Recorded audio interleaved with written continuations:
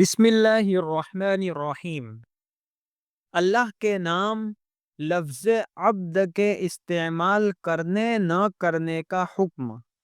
سوال: کیا فرماتے ہیں علماء دین اور مفتیان شرع متین مسئلہ ذیل کے بارے میں کہ اللہ کے ناموں میں کن کن ناموں کا استعمال بطور شخص کا نام بغیر لفظ عبد کے درست ہے؟ مثلاً کسی کا نام بدیع رکھنا جائز ہے یا نہیں؟ بعض حضرات کہتے ہیں کہ بدیع بغیر کسی ناموں کے پیدا کرنے والے کو کہتے ہیں اور یہ خاص ہے اللہ کے ساتھ، لہٰذا کسی کا نام بدیع رکھنا جائز نہیں۔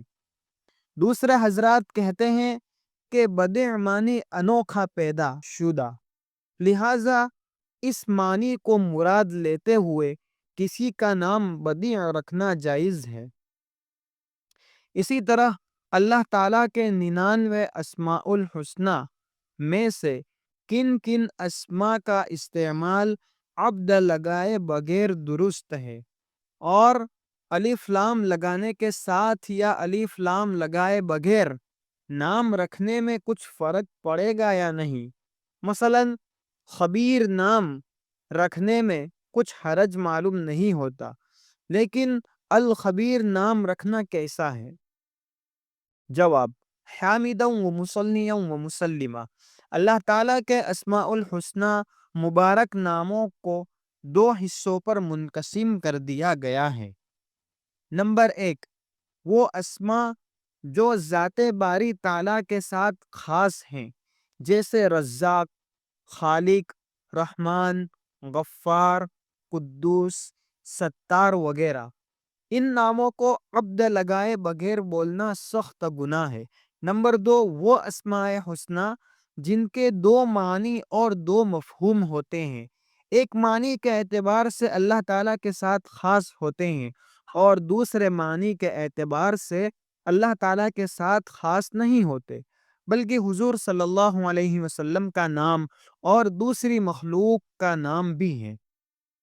انہی میں سے لفظ مالک، خبیر، کریم، رحیم، رشید، عزیز وغیرہ ہے، اور بدیع حضور صلی اللہ علیہ وسلم کے ناموں میں سے نہیں۔ البتہ نئی عجیب بنی ہوئی چیز پر بولا جاتا ہے۔ جب ان ناموں کو اللہ تعالیٰ کی طرف منسوب کیے جائیں گے تو وہ معنی مراد ہوں گے جو اللہ کے ساتھ خاص ہوتے ہیں، اور جب حضور صلی اللہ علیہ وسلم کا یا کسی مخلوق کی طرف منسوب کیا جائے گا تو ان اسماء کے معنی وہ نہیں ہوں گے جو ذات باری تعالیٰ کے ساتھ خاص ہوتے ہیں، بلکہ ان کی معنی ایسے ہوں گے جن کو حضور صلی اللہ علیہ وسلم یا مخلوق کی طرف منسوب کرنے میں کوئی قباحت یعنی خرابی نہیں آتی۔ مثلا لفظ بدیع جب اللہ کی طرف منسوب کیا جائے گا تو اس کے معنی بغیر نمونہ سابقہ کے انوکھے انداز سے پیدا کرنے کے ہیں، اور یہ اللہ کی ذات کے ساتھ خاص ہے۔ اور جب مخلوق کی طرف منسوب کیا جائے تو اس کے معنی پیدا کی ہوئی چیز اور انوکھا پیدا شدہ کے ہیں، اور اس معنی کے اعتبار سے یہ لفظ اللہ کی صفات نہیں بن سکتا بلکہ مخلوق ہی کی صفات بنے گا۔ لہٰذا جب بھی اس لفظ کے ساتھ کسی انسان کا نام رکھا جائے گا تو اس کا یہی دوسرا معنی مراد ہوگا، اور اس میں الف لام لگانے کے ساتھ یا الف لام لگائے بغیر نام رکھنے میں کوئی فرق نہیں آئے گا، بلکہ اعتبار نسبت کا ہے کہ وہ نام اللہ پر بولا جاتا ہے یا مخلوق پر۔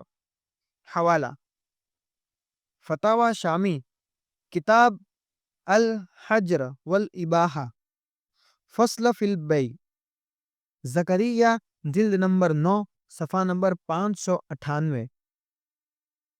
تاتار خانیہ، کتاب الکراہیہ، فصل 24، فی تسمیۃ الاولاد، زکریا، جلد نمبر 18، صفحہ نمبر 228۔ واللہ تعالی اعلم۔ مفتی عمران اسماعیل میمن حنفی، استاد دارالعلوم رامپورہ سورت، گجرات، انڈیا۔ اس جیسے مسائل کو حاصل کرنے کے لیے ہمارے اس چینل کو سبسکرائب کریں اور زیادہ سے زیادہ لوگوں کو شیئر کریں۔